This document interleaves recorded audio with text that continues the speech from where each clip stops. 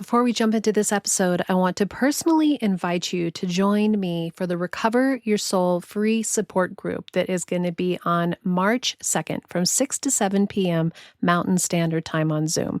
This first Monday of every month support group is where we come together in community to learn more about the Recover Your Soul process and meet in small groups. We don't have to do this alone because together we can do the work that will recover your soul. Trying to manage someone else's addiction is a battle that we can never win. When we step into the rooms of Al-Anon, one of the most beautiful pieces is step one, to admit that we're powerless over alcohol and that our life has become unmanageable by our attempt to try to save, help, fix, change anybody. One of the most powerful lessons is the 3 C's in Al-Anon. We didn't cause it, we can't control it, and we can't cure it. Stepping into this place of powerlessness is actually freedom.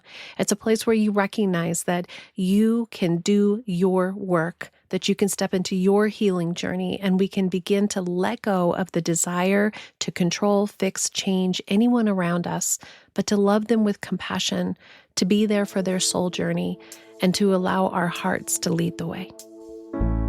Welcome to the Recover Your Soul podcast and community, a spiritual path to a happy and healthy life. My name is Reverend Rachel Harrison.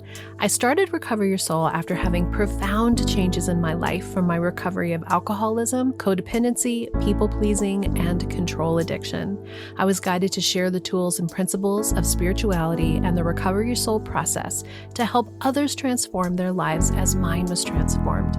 For us to overcome external circumstances, we need to turn the attention to ourselves, focusing on our inner change and healing. Positive results in our lives will follow. Welcome to the Recover Your Soul podcast and community. I'm Rev Rachel. Thank you so much for joining me here today.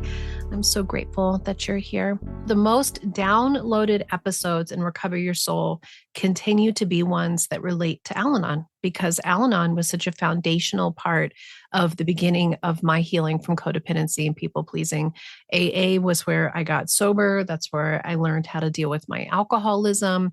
Became clear as day that I am an alcoholic, that it wasn't just my husband, who is also an alcoholic, but it was Al-Anon where I really started to take the deeper emotional dive into my codependency and recognizing how deeply I was trying to control the world and fix the world. And the 2 number 1 downloaded podcasts, the first one is from my first season, 8th episode, and it was the detachments in Al-Anon. That continues to be the number 1 downloaded one. And the second one is the 3 C's of Al-Anon. Didn't cause it, can't control it, and can't cure it. And those foundational pieces of Al-Anon, I think, are so huge. And on the bonus podcast, I do a lot more talking about Al-Anon through the lens of Recover Your Soul. But today in this podcast, in this episode together, I wanted to go back to step 1 out of how Al-Anon works for family and friends of alcoholics and read directly out of the book, and then to reflect on how this profound step 1, admitted we are powerless over alcohol and that our lives have become unmanageable, was a foundational piece in the Recover Your Soul step 2, which is to recognize and identify that we have attachments, to recognize that your pain and suffering comes from the attachment to control and the illusion of power over external circumstances. Embracing powerlessness, accept that you're powerless over everything outside of yourself, and your truth, strength, and peace come from within. When I initially created the 9 steps, step 1 was letting go of control, because it was founded on step 1 in AA and in Al-Anon, which is admitted that we're powerless. We'll see what the universe has for us, as usual, to just open it up. But as I was reading over this, I had a memory. When I was getting sober, there was a meeting called the Double Winners. And it was a women's meeting, and it was for women who were both in AA and in Al-Anon.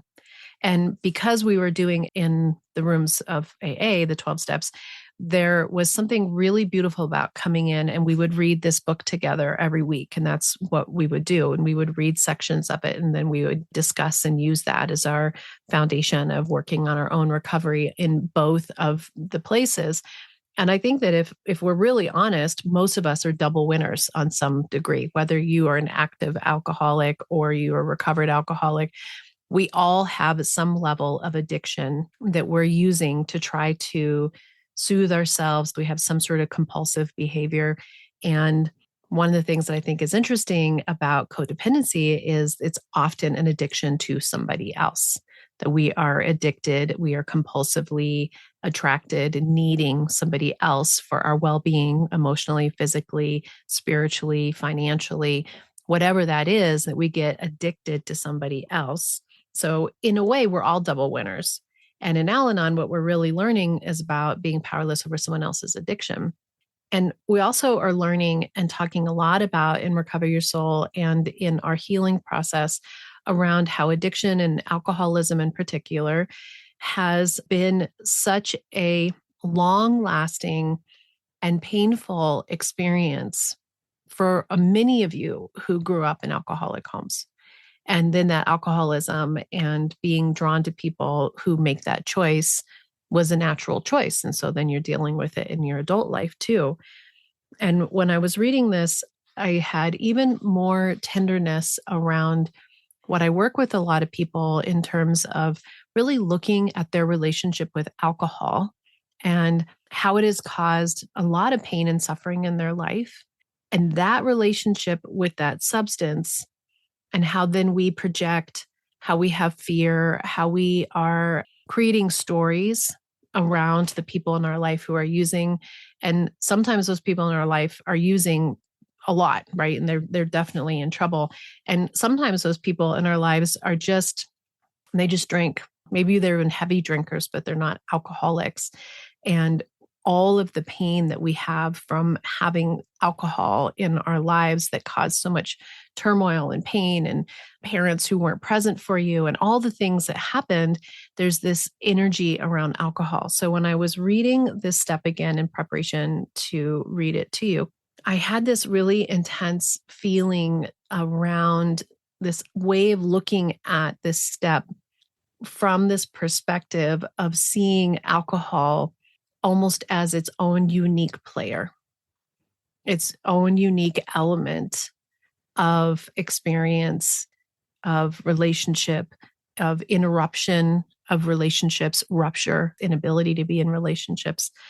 I just wanted to say that as a caveat or as a prelude into reading it. I'm not going to read the whole part of what is in the book of how Al-Anon works for family and friends. I'm just going to read part of it, but I'm just going to go ahead and start, and we'll go from there. Step 1 in Al-Anon: we admitted we were powerless over alcohol and that our lives had become unmanageable. I got to stop already. What I think is so interesting is we haven't even gotten to the part that's like we're powerless over the people. We're really looking at we're powerless over alcohol. And as an alcoholic, I had to admit I was powerless over alcohol in a way that I didn't ever do before. When I first went to the rooms of AA over 15 years ago, I said, my name's Rachel, I'm an alcoholic, but I really thought my husband was the alcoholic. So I didn't actually think I was powerless over alcohol. I was pretty sure I was a heavy drinker, blah, blah, blah, blah, blah, but I wasn't powerless over alcohol. As an alcoholic, I now understand purely, cleanly, 100%. I am powerless over alcohol. If I ever decide, I've got it, I'm good, I can drink now, I've had 8 years of sobriety, I'm so spiritually fit, I could have a glass of wine, I can have champagne, I can have whatever. No, no, I am powerless over alcohol. But as somebody who loves people who have an addiction, and alcohol in particular, but, put in whatever works for you in this, whatever is the thing in your life, we are looking at it as the codependent, that we're powerless over alcohol. We're not even powerless over them yet. We admitted we were powerless over alcohol and that our lives had become unmanageable. Each of our lives has been devastated by someone else's drinking. We cannot change that fact.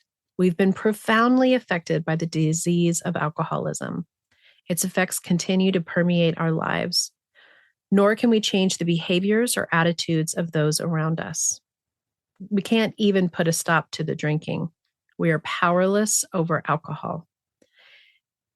I want you to really think about this. And one of the things that I think about, the more that I step into the spiritual world and the more I open to the intuitive nature that we all have, And I hope that when you listen to me and recover your soul, what you're getting is less of me giving you the information, but you recognizing the information that's already within you, and that I'm reminding you of your wholeness. I'm not fixing you because you do not need fixing, but I'm reminding you of what is innately already whole and true in you.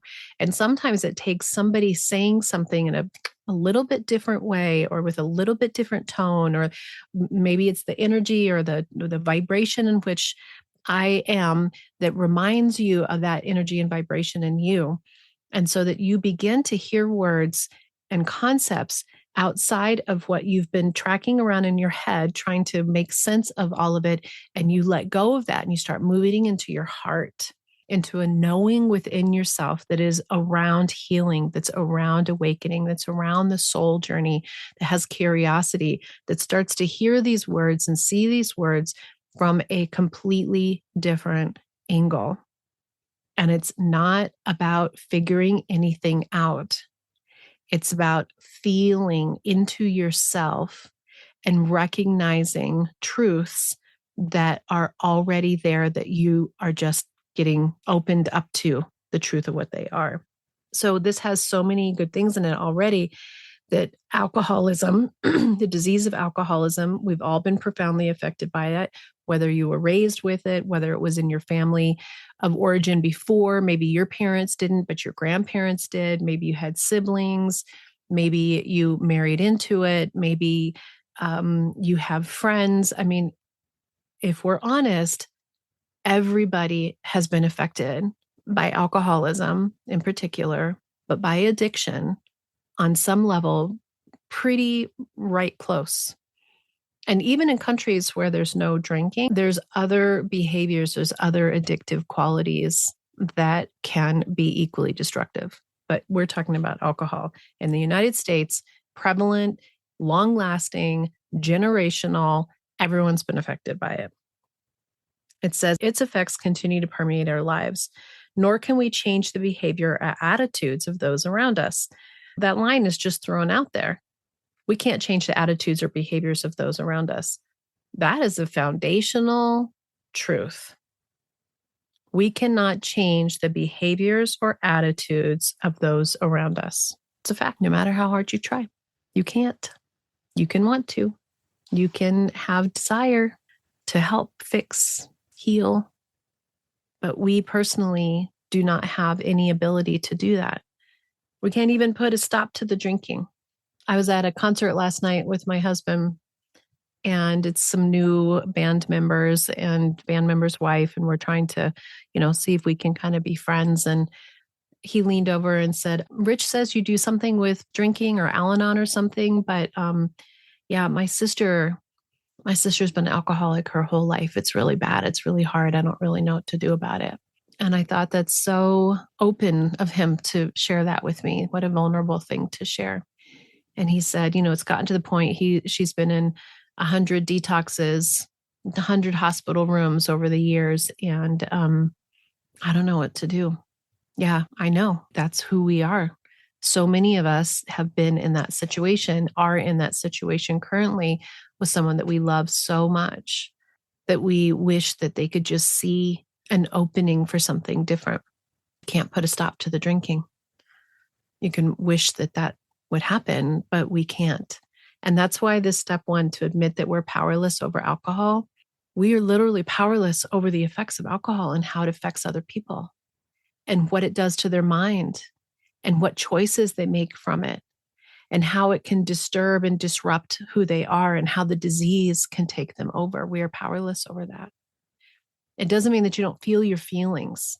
It doesn't mean that you don't have sadness. It doesn't mean that there isn't grief or despair or anger. It means that you start really understanding the power of this step to admit that you're powerless, and the step in recover your soul, step 2 in recover your soul, to release control, to understand that we're powerless over everything outside of us, that this constant gripping, the attachment to wanting it to be different, wishing it was different, being resentful around it, that is the suffering. Suffering is the concept that you want something else so much that it's almost like the obsession that happens, the compulsive behaviors that happen in addiction. We're compulsively having that same behavior, that compulsion that hurts to wish that was different for them. And they're in their compulsion of addiction. That's what I'm saying. We get addicted to the person and what they're doing. So we haven't even gotten into even the first paragraph, right? We're powerless over alcohol. As long as we persist in the delusion that we can control or cure alcoholism, its symptoms, or its effects, we continue to fight a battle that we cannot win. Our self-esteem suffers, our relationships suffer, our ability to enjoy life suffers.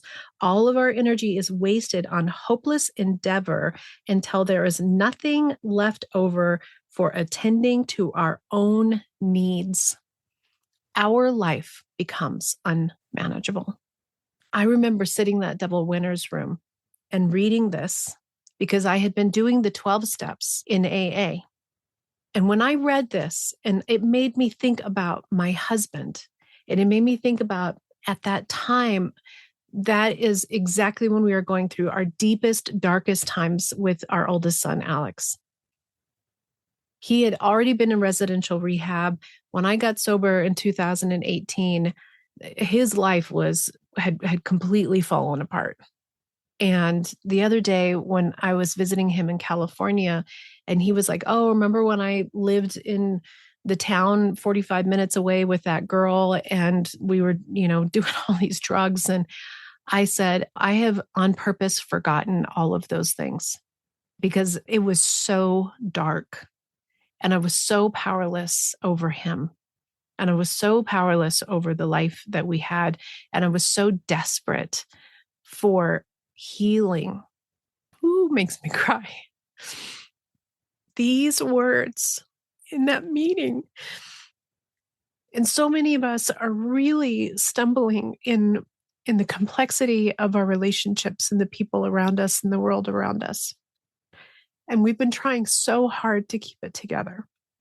And we've been trying so desperately to help and to fix and to cure and to control and to change. And when you hear such truth that says, you can stop fighting, you cannot win, it is a battle you cannot win.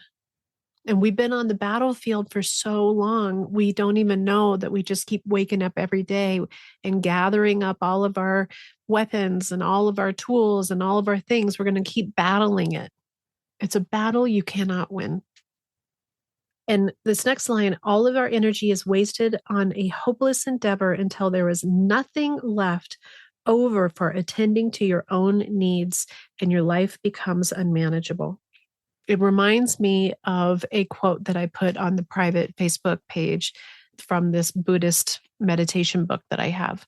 And it's a quote from Buddha, which, has been probably switched a little bit, but it says, "You are the source of all purity and impurity. No one purifies another. Never neglect your work for another's, however great his need. Your work is to discover your work, and then with all your heart, give yourself to it."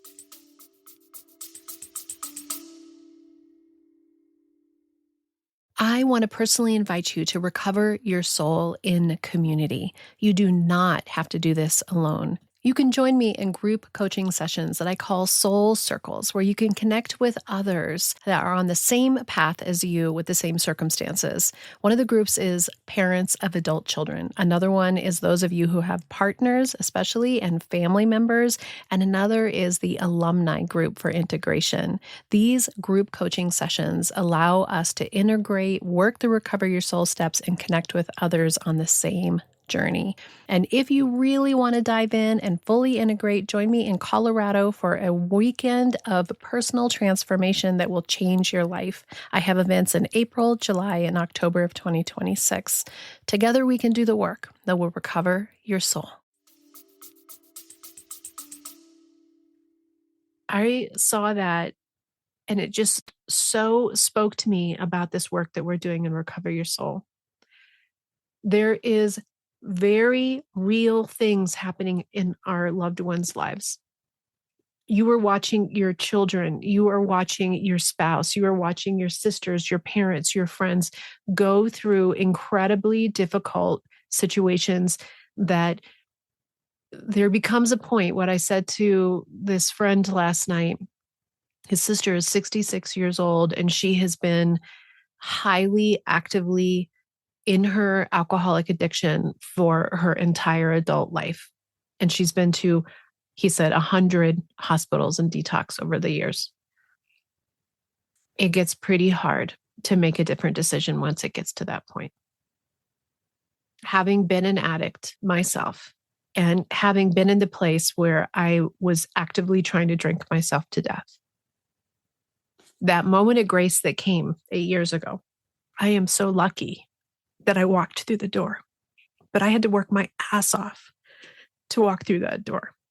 And every day I had to make a decision to continue to walk through the door, because those first years are brutal, because you are so habituated to using alcohol or drugs or whatever it is, and your system is so screwed. And so that physical system that gets screwed and gets completely derailed in addiction is really tough.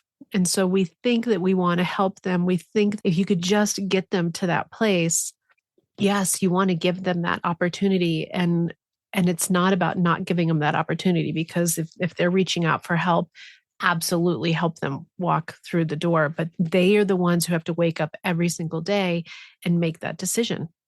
You are powerless over alcohol. You are powerless over their situation and their body and their mind and their upbringing and their chemical structure makeup. You're powerless over their soul and the soul's journey that they had already made a contract with themselves to have, and the darkness in which they feel. This is the piece where we take in the spiritual part of Recover Your Soul, and you start really detaching even more from their human experience and recognizing that they too have their soul's journey. And this concept that Buddha says, no one purifies another. You are the source of purity and impurity in yourself. So we're learning more and more about turning the attention to ourselves, to turn the attention to ourselves and our own healing. Never neglect your work for another's, no matter how great his need. I just continue to love this quote. Your work is to discover your work, and then with all your heart, give yourself to it. Your work is to discover your own soul. It's to discover the part of you that is awakening, that's opening your eyes, that's looking around with a different perception, that's taking in these words that we've been reading for a long time, that we've been putting in our head, that we've been mulling over and trying to figure it out. And we're going to stop trying to figure it out. And we're going to move into our heart space, and we're going to begin to know. We're going to begin to trust and have faith in our soul's journey, in our intuitive awakening and our intuitive knowing, releasing all of this old patterning that does not align with us any longer. And we're going to start to see the world and our friends and our loved ones in a way that is completely different. And from that, there is power, because we're going to get off the battlefield of a battle that we will never win. And then it goes on to say, whether or not we live with active drinking, life is unmanageable whenever we lose perspective about what is and is not our responsibility. We take offense at actions that have nothing to do with us, or we intervene where it's inappropriate and neglect our legitimate obligations to ourselves and others. Our misplaced concern for others becomes intrusive, meddling, resented, and doomed for failure. All of this help that we think that we're doing, I'm helping them, I'm trying to do for them, I'm helping, it is doomed for failure, because part of it on a soul level is we continue to interrupt someone else's soul journey. And again, it doesn't mean that you're not showing up in your best self. It doesn't mean that you're not providing your most healed, awakened, whole compassionate, strong being to be in presence with people. And if there are moments where it's to say something or do something, you do and say those things not out of trying to control the outcome, but because it is the truth and the essence of who you are as a being. And we are here to be light and love. And light and love sometimes means that you're helping somebody figure out the next steps for them. And light and love sometimes means that you have a no contact or you draw a strict line around what help looks like anymore, because you've learned over time what their level is of how much they're willing to help themselves. How much are they stepping in to help themselves? Are we being an assist, or are we actually doing it for them? And those lines can be very fuzzy, but this is exactly what we're talking about, which is when we are meddling, when we are intrusive, it's doomed for failure. Instead of helping those we care about, we demonstrate a lack of respect for them and create discord in our relationships. Sometimes respect means that you respect them enough, allow them, acceptance is a path to peace is our theme for this year. You accept and respect them enough to let them have whatever experience they are choosing. And that even means, thinking again about this friend from last night, a sister who probably, by the grace of God, maybe she'll make a different choice at some point, probably is not ever going to choose sobriety. Some people don't. Never everybody has to. It's a judgment that we have that that's the only choice for their soul. And I think that without discounting the experience that people are having, it's important for us to respect people enough, let them have their experiences so that we don't create discord in the relationships. It goes on to say, when our preoccupation with others distracts us from our responsibility to attend to our own physical, emotional, and spiritual health, we suffer. That's the quote from Buddha. To attend to yourself, to your work, to your needs, that is your number one job. Our health and self-esteem decline. We become incapable of accepting reality, coping with change, and finding happiness. Our lives fly out of control. It's so interesting. The more that we feel out of control, what do? We control. We try to get in there and help and fix and make it happen. But ultimately, the more that we're investing our life into somebody else's life and trying to fix and make that be different, the more we're losing control of ourselves. And the more unhappy we are, the more we're suffering. This is the first step. We admit that we did not cause, cannot control, and cannot cure the alcoholic, the disease of alcoholism, or the fact that we've been affected by this disease. Just to admit that you're powerless over how this has affected your life and how it came in and how long it's been there is a really big deal. But you can allow yourself to experience the grief and the deep feelings and the awarenesses that come from really seeing how deep the layers are that it has been in your experience, which goes back to the beginning of what I was talking about, that for those of you who have had addiction or alcoholism as part of your life starting in growing up, it's understandable why there's such a visceral hate of alcohol. So that even if somebody's just having a beer, it's like you have all this attachment to that because it was a fundamental piece of the wounding and the experience that you had. So this line of to admit that we did not cause, cannot control, and cannot cure the alcoholic or the disease of alcoholism, and the fact that we've been affected by this disease. We are powerless over alcohol and its effects on us. By ourselves, we can do nothing to overcome the effects of the disease. In fact, our attempts to exert power over alcohol have made our lives unmanageable. We're taking our power back, and we're taking our power back by using all the tools. So if you love Al-Anon, go to Al-Anon meetings, keep going to Al-Anon meetings. If you are getting stuff out of Recover Your Soul as well, or in addition to, or instead of, I would love for you to work the Recover Your Soul 9-step process. It's powerful. It takes these concepts and it opens it up to the whole part of our lives. It expands it even wider. And it's a spiritual path to a happy and healthy life. It takes our soul journey into consideration, and it takes their soul journey into consideration. It looks at metaphysics. It looks at the concept around we came here to have this wild ride, this wild ride. And this wild ride includes all of the bumps and all of the difficulties and the complications and the challenges that our souls came here to experience, to learn and to grow and to awaken and eventually maybe even become enlightened. And addiction is a fundamental part of a broken heart. Addiction is an attempt to soothe what doesn't feel good. And there's a lot of different reasons that we don't feel good.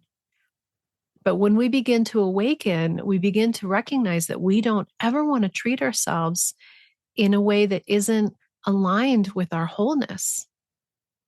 And so even though it is so much easier sometimes to be asleep, there is more and more of a call for us to awaken and to see ourselves in this new divine light. But it doesn't mean that there's judgment about anybody else and their experiences. And as a matter of fact, the more that we turn to what is our work to do and then dedicate ourselves fully to it, the more that we see that there is this opportunity for us to love and respect and allow everybody else to have their own experience in a way that takes our attention off of places that we're powerless and moves it to ourselves so that we can step in our most whole, authentic, strong place. And in that, you can be present for those people in your life who are really suffering and struggling. And even if they don't make any decisions to do anything different, whether you have a relationship with them physically, emotionally, or whether you have made a decision to not, you're not in your mind filled with resentment and anger and frustration that harms you. You can have compassion and gentleness and ultimately spiritual forgiveness, which recognizes that it's all just part of our soul's journeys, which are very complicated. And we quit being harmed by others in the way that we were before. Being here is a big deal. And this lifetime is really important. You only get to be you one time. I believe we have eternal souls that choose to come again and again in different forms, but you only get to be this one this time. So instead of putting all of our energy into somebody else's experience, and now we can look at addiction straightforward and say, we're powerless over alcohol. But we're not powerless over stepping into our soul's journey and our soul's experience and beginning to choose and make a decision to live from a different way of being that allows us to be fully healed and to release the past, just like me not attending to or remembering all that really complicated, difficult stuff with Alex. It doesn't mean that that didn't happen, or it doesn't mean it's not important. I get to choose what I'm going to keep inside of my heart and what I'm rolling around in my mind. And I want to continue to remember all the beautiful parts. And I want to continue just to be more in tune with myself. So admitting we're powerless is actually freedom. It's a letting go of what we really can't change and getting off of this suffering wheel of resentment and anger and frustration, and wanting it to be different, and tuning into the feelings that are underneath that are valid and important and have something to share with us. I might continue doing some more Al-Anon steps through the lens of Recover Your Soul here, but I always have more stuff like that over on the Recover Your Soul bonus podcast that's on Patreon and Apple Podcasts. And now I just added it to YouTube as well. I want to be of service to you, and I hope that you get something out of this that reminds you that the wholeness within you is profound. And anything that you hear from anywhere that reminds you of your innate knowing, that is the place to move forward to, because you have everything that you need already within you. It's just time to awaken. Until next time, namaste. Thank you for trusting me to be part of your journey to recover your soul and being part of this incredible community. There's so much going on, and I hope that you'll get involved. First, I want to invite you to our free first Monday of every month support group from 6 to 7 p.m. Mountain Time on Zoom. This is where we come together in community, meet in small groups, and connect on our Recover Your Soul journey. I'm so excited to announce that on April 13th, the long-awaited Recover Your Soul memoir around my walking the steps that created the Recover Your Soul process and how it profoundly changed my life from codependence, addiction, people-pleasing, an unhappy marriage, an unhappy life to what I am living today, peaceful, happy, and free. I also would love to invite you to join me for the Friday Recover Your Soul bonus podcast, where you get an additional episode taking a deeper dive into this amazing restorative process. You can become a Patreon member or an Apple Podcast subscriber to receive over 200 past episodes and get a new episode every Friday. Free members on Patreon have access to listen to new episodes for the first week. And of course, I'm on social media, and I'd love to have you follow Recover Your Soul on Instagram and Facebook, and even join the private Recover Your Soul Facebook community. If you enjoy Rev Rachel's meditations, I encourage you to follow me on Insight Timer for an entire catalog of guided spiritual meditations. All of this, along with ways that you too can work the Recover Your Soul 9-step process to healing and awakening, can be found on the website recoveryoursoul.net. And lastly, thank you for sharing this podcast and community with any friends or family that you think that it would support their spiritual journey to healing and awakening. And those 5 stars and great reviews help us spread the word and increase the algorithm so we can reach even more people. Together, we can do the work that will recover your soul. The Recover Your Soul podcast and its content is for educational purposes only and is not allied or representative of any organizations or religions. It's based on the opinions and experience of Reverend Rachel Harrison. Recover Your Soul claims no responsibility to any persons or entity for any liability, loss, damage, or cause alleged to be caused directly or indirectly as a result of its use. Applications or interpretations of the information represented herein. Take what you need and leave the rest.